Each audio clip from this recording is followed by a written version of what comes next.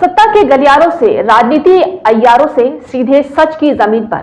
स्वागत है आपका सिटीजन वॉइस में, जहां हर खबर सिर्फ दिखाई नहीं जाती बल्कि सवाल भी उठाए जाते हैं। मैं हूं शब और आज हम आपके लिए लेकर आए हैं वो खबरें जो अक्सर पर्दे के पीछे छुपा दी जाती हैं, लेकिन सिटीजन वॉइस में उन्हें सामने लाया जाता है। यहाँ न शोर बिकता है, न सच दबाया जाता है। हर खबर है आम जनता की आवाज और हर रिपोर्ट है जवाबदेही का आईना। तो आइए देखते हैं क्या है आज की खबर। लखनऊ में बसपा के इकलौते विधायक उमाशंकर सिंह के घर पर आयकर विभाग का छापा पड़ा है। बुधवार सुबह 7 बजे 50 से ज्यादा अफसर गाड़ियों से विधायक के गुमतीनगर स्थित आवास पहुंचे, जहां लखनऊ पुलिस भी साथ थी।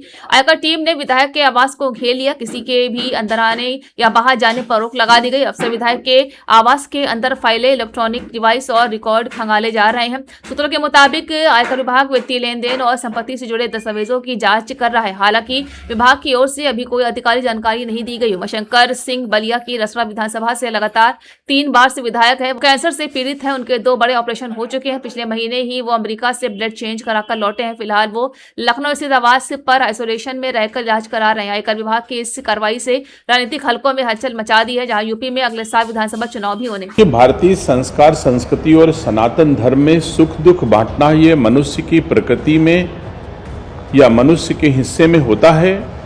और आज हमारे रिश्तेदार श्री उमाशंकर सिंह जो विधायक हैं रसड़ा से, दलीय नीतियों के आधार पर हमारा उनका कोई रिश्ता नहीं है, एक व्यक्तिगत जीवन का रिश्ता है।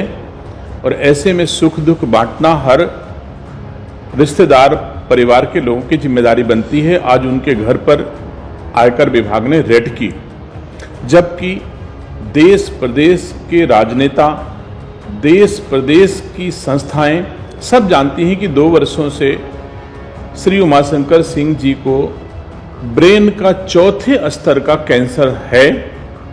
वो अपनी सांसें बचाने के लिए कभी अमेरिका, कभी दिल्ली, कभी लखनऊ 2 वर्षों से लगातार दौड़ रहे हैं। और ऐसी परिस्थितियों में उनका धंधा व्यवसाय सब चौपट हो चुका है, ऑलमोस्ट बंद हो चुका है।